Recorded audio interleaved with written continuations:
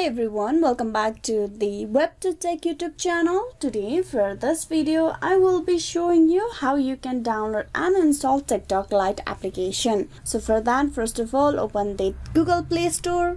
Google Play Store is to download for the Android users. If you are using a iOS device, you need to open the App Store and you just need to search for the Lite application. So once you open the Google Play Store, you need to tap on the search bar and type in TikTok Lite.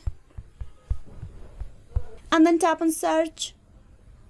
There's the TikTok Lite application on the very top. You tap on install beside it and wait for the application to be downloaded. TikTok Lite is a lighter and optimized version of the already popular TikTok app. TikTok Lite is the smaller scale version of popular TikTok video entertainment app, which will provide you most relevant, interesting and fun videos to scroll through.